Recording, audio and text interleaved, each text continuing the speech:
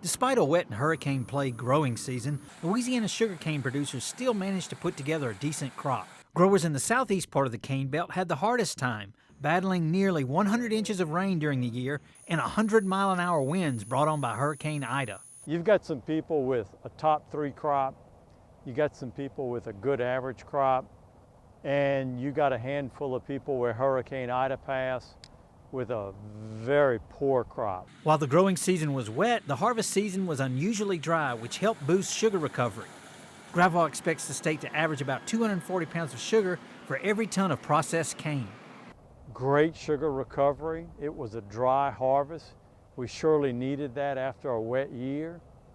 So with that, a dry harvest, it was a cheap crop to harvest. The harvest conditions for this year's crop influenced the yield for next year's crop. Because the harvest was so dry, fields were not rutted up and farmers were able to prepare fields for next year. When you harvest the crop dry, that bodes well for 22. All the work that you got done in the fall of 21 bodes well for the 22 crop. A key concern for next year is the escalating cost of fertilizer. Gautreaux said there are a few things growers can do to help offset these costs, but fertilizer is still an essential ingredient to producing a successful crop. You can't make a crop without fertilizer.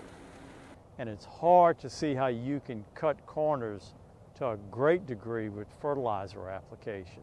Gautreaux said prices remain good, which is helping to offset the lower sugar production for many farmers. With the LSU Ag Center, this is Craig Gautreaux reporting. Because of the tough growing conditions, this year's total tonnage in sugarcane produced in Louisiana is expected to be about 8 to 10% lower than last year.